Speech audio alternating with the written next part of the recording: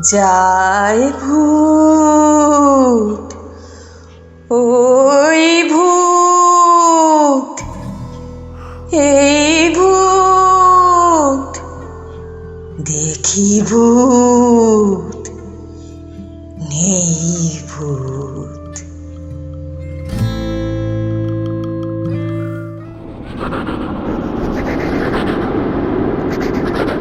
আমাদের চারপাশে তারা আছে, কারণ তারা ছিলেন এবং থাকবেন। যদি বর্তমান বলে কিছু থাকে, তবে অতীতকে অস্বীকার করা যায় কি? তাই কেউ মানুক বা নাই মানুক, তারা থোড়াই কেয়ার ভাব নিয়ে হাজির হয় আমাদের সামনে। তারপর সে কথা না হয় এ গল্পেই শুনে নেওয়া যাক।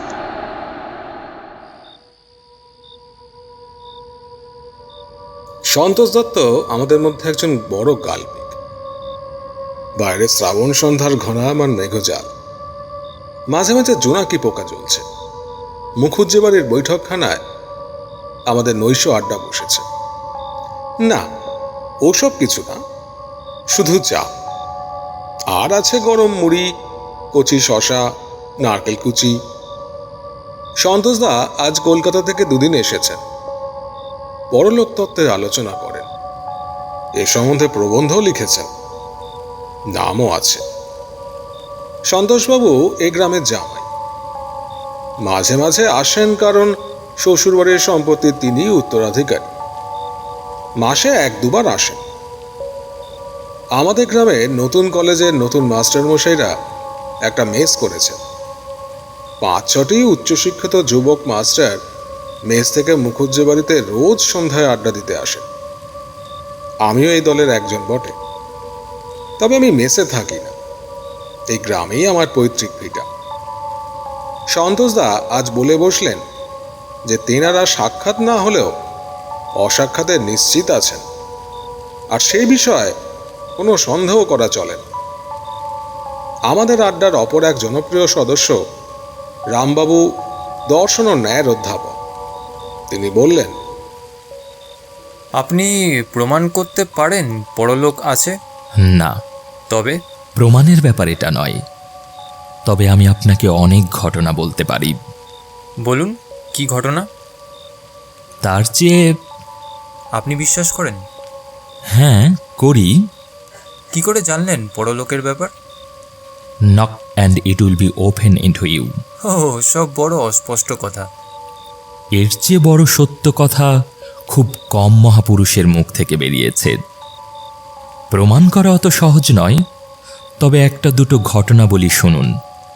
তার চেয়েও ভালো হয় যদি রেখাকে নিয়ে এসে একদিন আপনাদের সামনে প্রেত নামিয়ে দেখানো যেত। কে রেখা? রেখা চক্রবর্তী একজন বড় মিডিয়াম আমাদের সাইকিক সোসাইটির। তার এই শক্তির জন্যই সোসাইটি তার মা ও 2 ভাইকে পুষছে। রেখা চক্রবর্তীর বয়স কত? 17-18 হবে। আশ্চর্য শক্তি ওর। অনেক অবিশ্বাসী নাস্তিক লোক রেখাকে দেখবার পর আমাদের সোসাইটির মেম্বার হয়েছে, কিন্তু এবার আমরা ওকে ছেড়ে দিচ্ছি। কেন? খোলা দরজা পেয়ে পরলোক থেকে বড্ড অবাঞ্ছিত খারাপ লোক এসে ঢুকে পড়ে। কোথায় ঢুকে পড়ে? মিডিয়ামের দেহে। রেখার শরীরটা হলো খোল, খোলের মধ্যে ঢুকে পড়ে পরলোকবাসীর বহু দুষ্টু আত্মা। ওর দেহটাকে নিয়ে তারা সবাই ছিনিমিনি খেলতে শুরু করেছে। অদ্ভুত ফেয়ারি টেল। মশাই শিক্ষিত পণ্ডিত লোক, প্রত্যক্ষ তো একটা প্রমাণ। আপনাদের ন্যায়শাস্ত্র কি বলে? হ্যাঁ, আপ্ত অনুমানের চেয়ে প্রত্যক্ষ বড় প্রমাণ বই কি। চলুন আমার সঙ্গে 67 নম্বর নন্দনবাগান স্ট্রিট। রেখা, তার মা ও ভাইয়েরা ছোট্ট একটা ঘরে ওই ঠিকানায় থাকে। গরিব বড্ড, কিন্তু সাইকিক সোসাইটি খেতে পড়তে দিচ্ছে বলে একটা মেয়ে তার সব কিছু বিসর্জন দিতে পারে না। তার নিজের দেহটা তার দখলে থাকছে না, অপরে দখল করে নিচ্ছে। তার মানে? এর মানে খুব সহজ। রেখাকে তার দেহ থেকে তাড়িয়ে অন্য দুষ্ট আত্মা এসে সেখানে বসেছে। ন্যায়ের অধ্যাপক রামবাবু এই আজগুবি কথায় নিজের মতের অকাট্যতা খুঁজে পেলেন। হেসে বললেন, এই জন্যই তো লোক আপনাদের কথা বিশ্বাস করে না। আচ্ছা, বলে যান শুনি। না, আপনাদের নিয়ে যাব নন্দন বাগানে। শুধু বললে তো বিশ্বাস করবেন না, তাই প্রমাণ করেই দেখাবো। আমরা বললাম, সেই ভালো। রামবাবু বললেন, সে তো ভালোই, তবু আগে বলুন কি কি হয়। হবে আর কি। সেদিন রেখার মা বসে আছে। রেখা গিয়ে বললে, দিদি, আমার শ্রাদ্ধটা পর্যন্ত করলে না, আমার জন্য গয়ায় গিয়ে পিণ্ডি দান করো, তোমাদের ভালো হবে। ওর মা বললে, কে তুমি? আমি পারুল, হেমনগরের পারুল। তুই তো অনেক দিন আগে মরে গিয়েছিস পারুল। মরে গিয়েছি তাই কি? রোজ তোমাদের বাড়িতে আসি, হেমনগরে যাই, সোদপুরে বড়দির শ্বশুর বাড়ি যাই। মনের গতিতে যাতায়াত আমাদের, কোনো কষ্ট নেই। কিন্তু ওপরে উঠতে পারি না, পৃথিবী যেন টেনে রেখেছে। পিণ্ডদান করলে পৃথিবীর বন্ধন কাটিয়ে চলে যাব। আমি চলি দিদি।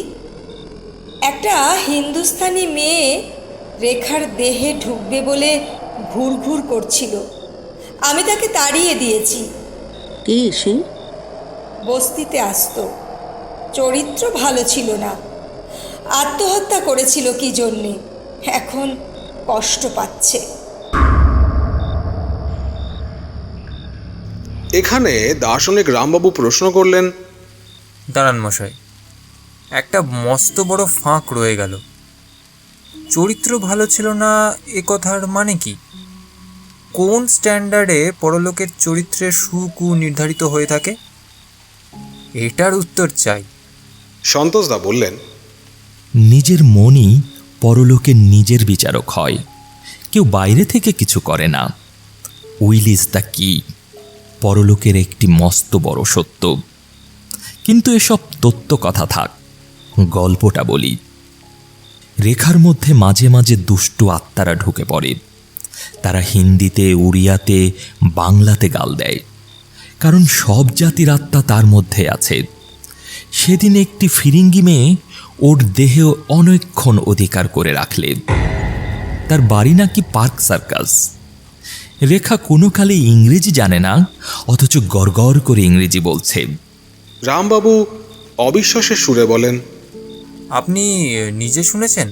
নিশ্চয়ই, না শুনলে বলি। শুধু তাই নয়, অনর্গল উড়িয়া বলতে শুনেছি রেখাকে।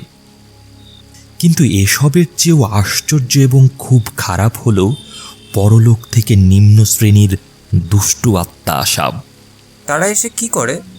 নানা রকম উপদ্রব করে। ওর দেহটাকে নিয়ে হয়তো ধুলোয় ফেলবে, হয়তো রোদে কষ্ট দিবে। একবার রেখাকে আগুনে পোড়াতে গিয়েছিল। আবার ভূবল্লোকের নিম্ন শ্রেণীর প্রাণীর আবির্ভাব হয়। তাদের নাম জানি না, ইংরেজিতে যাদের বলে এলিমেন্টাল। এরা ভয়ানক, হিংস্র এবং মানুষের ক্ষতি করার জন্য সবসময় উন্মুখ। তবে এরা কিছু করতে পারে না। সস্থূল জগতে এদের দেহ অদৃশ্য। পৃথিবীর কোনো পদার্থ এদের স্পর্শ করার কোনো ক্ষমতা নেই। বেশ আজগুবি গল্প হলো আজ বৃষ্টির দিন। আমার সঙ্গে যাবেন নন্দন বাগানে? যেতে পারি? প্রত্যক্ষ দেখুন না, দোষ কি? না, কিছু দোষ নেই। কাল চলুন, বাসে করে যাই।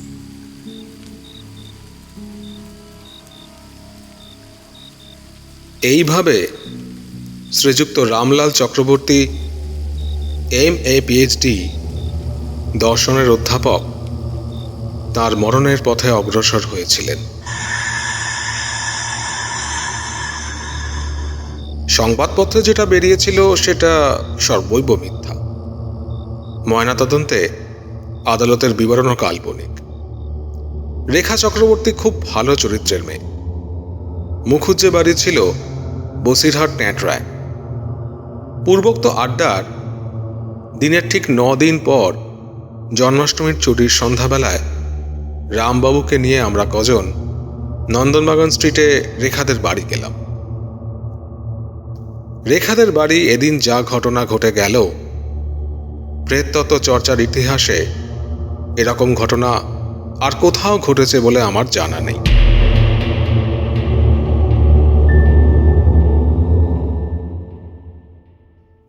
রেখাদের বাড়িটার একটু বিবরণ দেওয়া যাক। একটা পাশের দরজা দিয়ে ওদের বাড়ি ঢুকেই সামনে একটা রোয়াক। রোয়াকের সামনে দুখানা দক্ষিণমুখী বড় ঘর, পেছনে একটা ছোট ঘর, ছোট ঘরের পেছনে ছোট্ট একটা বারান্দা। আগে এখানে বোধহয় রান্না হতো, উনুন পাতা আছে। বর্তমানে এখানে কয়েকটি ফুলের টব ও রেখার ছোট ভাইয়ের একখানা ট্রাইসাইকেল থাকে। এই গেল বাড়ির কথা। ওই ছোট্ট ঘরের অবস্থান ও পিছনের বারান্দাটার কথা মনে রাখতে হবে ঘটনার পরবর্তী অধ্যায়। সংক্ষেপে বলাই ভালো, ফেনিয়ে লাভ নেই। রেখা আমাদের চা এনে দিল। সন্তোষবাবু বললে, আজ আমাদের বন্ধু রামলাল চক্রবর্তী এসেছেন, ওকে কিন্তু একটু প্রেত দেখাতে হবে। রেখা মেয়েটি শ্যামবর্ণা, একহারা, বেশ সুশ্রী। গলার সুর বিনার ঝংকারের মতো মিষ্টি। বড় বড় চোখ, চোখের দৃষ্টি অতি নিরীহ, যেন বোবার মতো। ও সুশ্রীতার অনেকটা ব্যাঘাত করেছে এই নির্বোধের মতো চোখের দৃষ্টির দরুন। রেখা বললে, আজ কদিন থেকে ভয়ানক অত্যাচার আরম্ভ করেছে একটা কেউ। মানুষ কি জানোয়ার বুঝতে পারছি নে, আজও বোধহয় আসবে। আমার বড় ভয় করে। সন্ধ্যার পর রেখার মা আমাদের নিয়ে গেলেন সেই ছোট্ট ঘরটাতে। ধুনো দেয়া হলো ঘরে, ফুল দিয়ে সাজানো হলো। আমরা সবাইকে একটা টেবিলের চারপাশে বসলাম। ঘর অন্ধকার করা হলো। রেখার মা বললেন, বাবা, একখানে রেকর্ড দাও। গ্রামোফোনে একটা সানাই বাজনার রেকর্ড দেওয়া হলো। একটা ক্ষীণ সুর শোনা গেল ঘরের কোণ থেকে। কে যেন কি বলছে।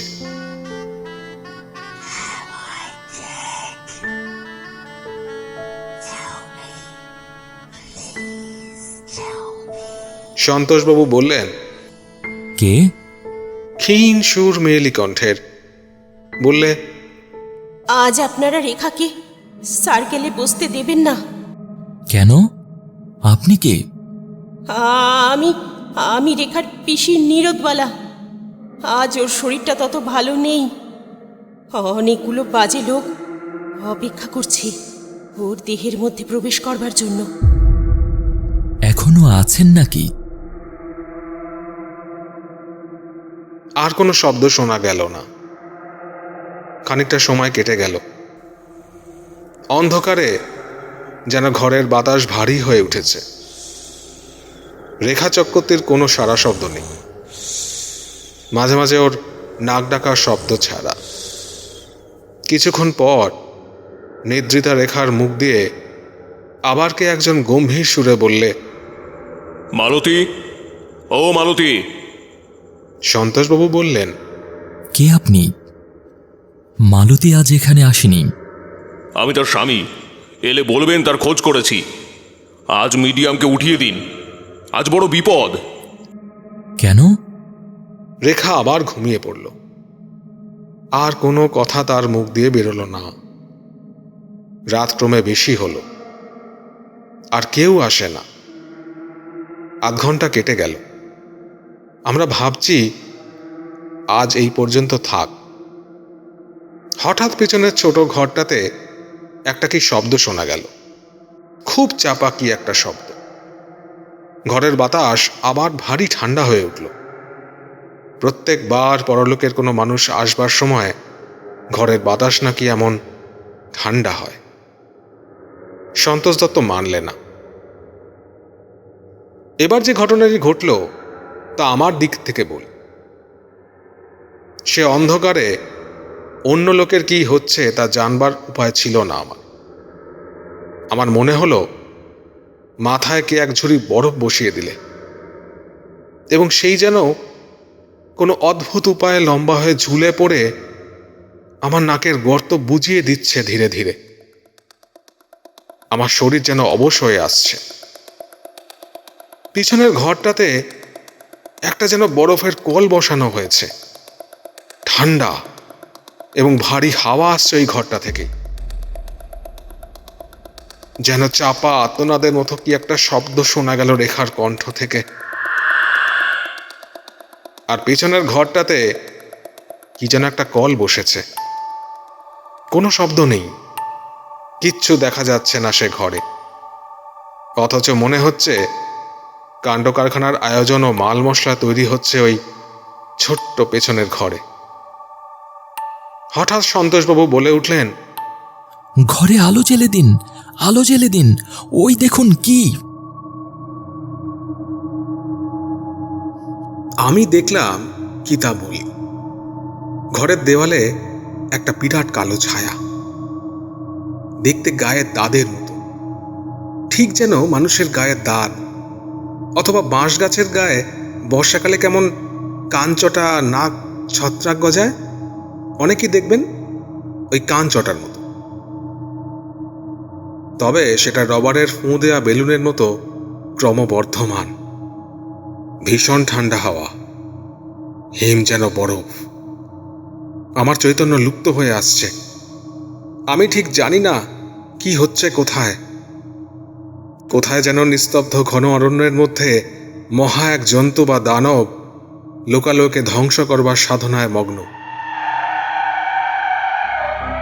সেটা বোবা দানব, মুখে ভাষা নেই তার, মুখ বোধহয় নেই, দৃষ্টি হয়তো আছে নগ্ন হিংস্রতার, কিন্তু চোখ নেই। সে জিনিসটা কোনো মানুষ বা ছবিতে আঁকা দানব ভূত প্রেতের মতো আদৌ নয়, মোটেই নয়। সেটা একটা ক্রমবর্ধমান ব্যাঙের ছাতার মতো, কিংবা গায়ের দাদের মতো বাড়ছে, বাড়ছে, ক্রমশ বাড়ছে, চওড়া হচ্ছে, ডাইনে বাঁয়ে সব দিকে বেড়ে সব যেন গ্রাস করে ফেলে দেবে। দাঁত ছড়িয়ে পড়বে সারা ঘরের গায়ে, ঘরের মানুষের গায়ে, ঘন কৃষ্ণ বনের দাঁত। রবারের বেলুনের মতো ফেঁপে ফুলে ক্রমশ বড় হচ্ছে, অথচ ভয়ানক হিংস্র, ক্রূর, উগ্র, নির্মম, বুদ্ধিহীন, ধ্বংসের করাল দূত। কারণ নিস্তার পাওয়ার উপায় নেই ওর হাত থেকে। একটা আর্ত চিৎকার শোনা গেল যেন ঘরে। আমি যেন দেখলাম পিছনের ছোট ঘরটা সেই বিরাট কালো ব্যাঙের ছাতা বা দাদে ভরে গিয়েছে। ঘরের দেওয়ালও দাঁতটা ভেদ করে ওই জিনিসটা চারিধারে ছড়িয়ে পড়বে। কালো, ভীষণ ঠান্ডা, কানচটা দাঁত। আমি স্পষ্ট অনুভব করলাম মাথা থেকে নরম সেই মোমের মতো জিনিসটা বেড়ে নেমে ঝুলে পড়ে আমার চোখ ও নাক বুঝিয়ে দিচ্ছে। আমি কথা বলতে পারছি না, নিঃশ্বাসও নিতে পারছি না। কোথায় যেন ঢং ঢং করে 10টা বাজছে।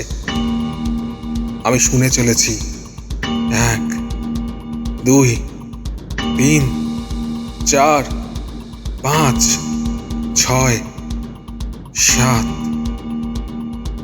তারপর আমার জ্ঞান ছিল না।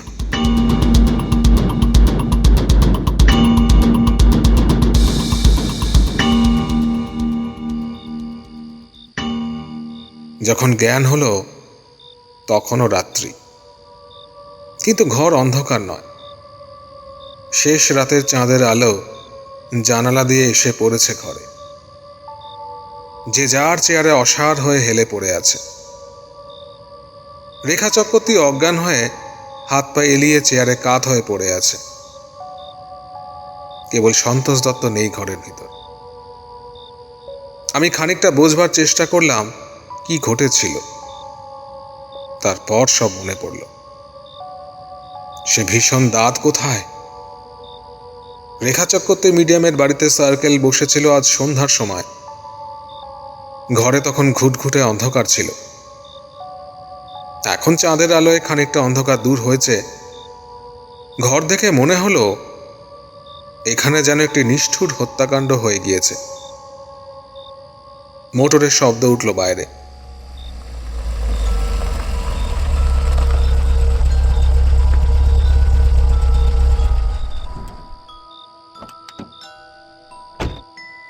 একটু পরে সন্তোষ দত্ত ঘরে ঢুকল। ওর সঙ্গে একজন ডাক্তার। আর সব লোকের চৈতন্য সম্পাদন করানো হলো। রামবাবুর প্রাণ অনেকক্ষণ দেহ ছেড়ে চলে গিয়েছিল। ডাক্তার পরীক্ষা করে মত দিলে শ্বাস বন্ধ হওয়ায় মৃত্যু। সারা মুখ কালো হয়ে গিয়েছে, জিভ বেরিয়ে পড়েছে, চোখ ঠিকরে বেরোচ্ছে। পুলিশ এলো, হই হই হলো, লোকজনের ভিড় হলো। রামবাবুর সব পরীক্ষা করা হলো। তারাও বললে নিঃশ্বাস বন্ধ হওয়া দরুন মৃত্যু। ফুসফুসে একটা নতুন গ্যাসের অস্তিত্ব। সব ব্যবচ্ছেদাগারে পাওয়া গেল আর্গন জাতীয় সহজদাহ্য গ্যাস ওনার শ্বাস প্রশ্বাস বন্ধ করে দিয়েছিল। কিন্তু সে ব্যাঙের ছাতার দেখা পাওয়ার সঙ্গে এই গ্যাসের কি সম্পর্ক তা আজও বুঝে উঠতে পারি না। সন্তোষ দত্তকে অনেকদিন পর জিজ্ঞাসা করেছিলাম সে রাত্রে কাণ্ড কারখানার মূল সূত্রটি। সন্তোষ দত্ত বলেছিলেন, সে রাত্রে একজনও বাঁচতাম না আমরা। পূর্বেকার আত্মা আমাদের সতর্ক করে দিয়েছিল, সেটা আমাদের শোনা উচিত ছিল। আমি বললাম, দুজন আত্মা, রেখার পিসি আর মালতীর স্বামী। কি হয়েছিল জানেন? কোনো দুষ্ট আত্মা আসেনি। রেখার পিসি অন্তত তাই বলে গিয়েছিল, কিন্তু আসলে ব্যাপারটা তা নয়। এসেছিল এক হিংস্র জীব বিশেষ, যাদের ইংরেজিতে বলে এলিমেন্টাল।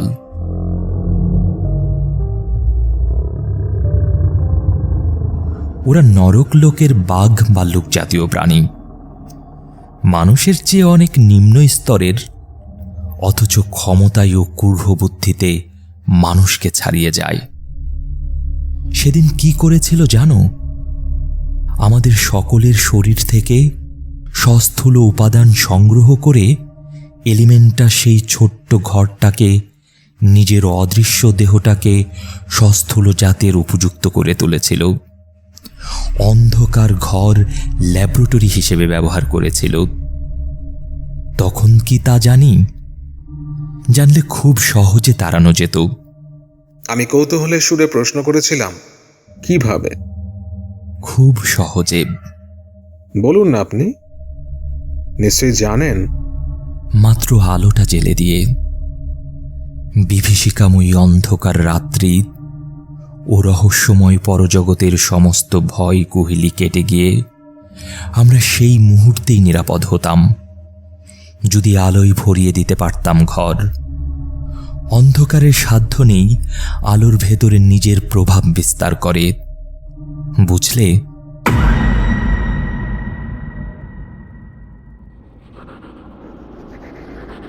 কেমন লাগলো এ গল্প? যদি অলৌকিক এ গল্প আপনাদের মন ছুঁয়ে থাকে, তবে আমাদের প্রয়াস সার্থক।